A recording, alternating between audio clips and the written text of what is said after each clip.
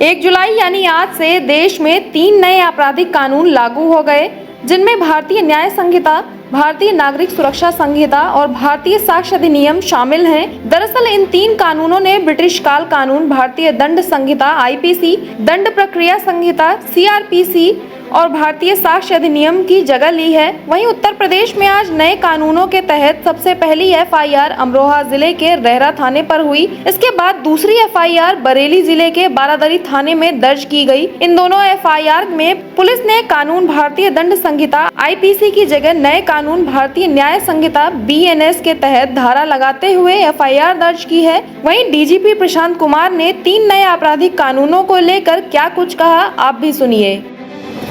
भारतीय न्याय संहिता, भारतीय नागरिक सुरक्षा संहिता तथा भारतीय साक्ष्य अधिनियम आज जुलाई की पहली तारीख 2024 से लागू हो गई है।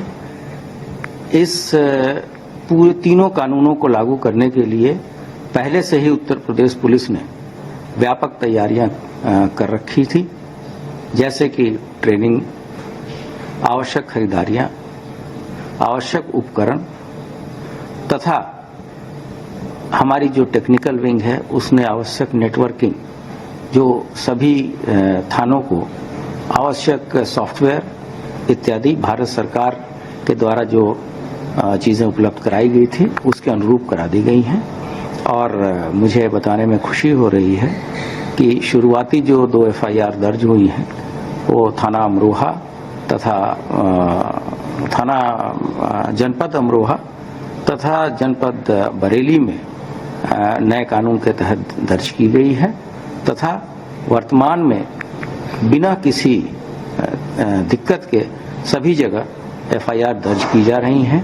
आज के दिन प्रत्येक थानों में एक विशेष कार्यक्रम चलाया जा रहा है, जिसमें वहां के जनप्रतिनिधिगण, वहां के पुलिस वाले और वहां के संभ्रांत नागरिकों को बुला के पुनः इन सभी कानूनों के बारे में बताया जा रहा है। सर, लोगों में इस कानून को लेकर सही जानकारी हो, इसके लिए क्या कुछ जागरूकता अभियान चलाया जा रहा है?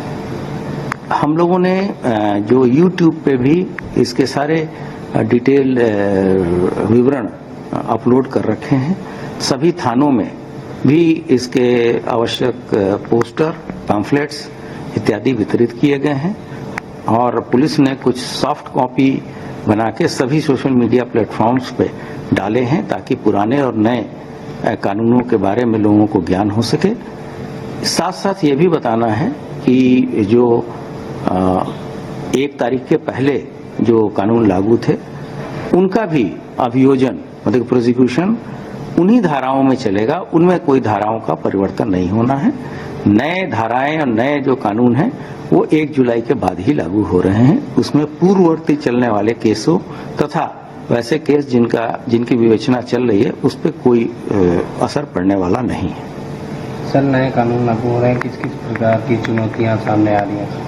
मैंने आपको बताया कि चुनौतियां जो थी वो हमारे अधिकारियों को प्रॉपर ट्रेनिंग देने की थी, उस तरह के इंफ्रास्ट्रक्चर और तकनीकी सुविधाएं उपलब्ध कराने की थी।